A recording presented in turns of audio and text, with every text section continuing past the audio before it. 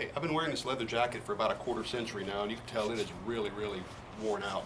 So I thought I'd give this stuff a shot. It's Leather Refinish Color Restorer by Wooden Stuff. You can find it on Amazon, eBay, just anywhere on the internet.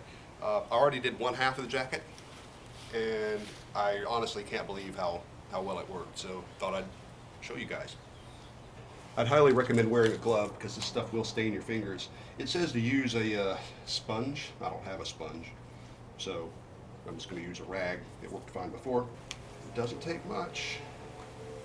Just a little light dab. You just rub this stuff in.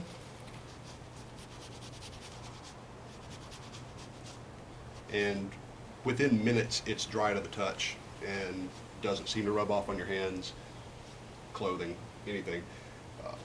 This stuff works great. Well, you can see it is 1,000 times better. The instructions say you might want to do a second coat with it, and I think I probably will do that. Still a few areas that could use a little more, and I really think that some leather rejuvenator might be called for as well. It's getting a little dry, I think, but I'm really impressed. Good stuff.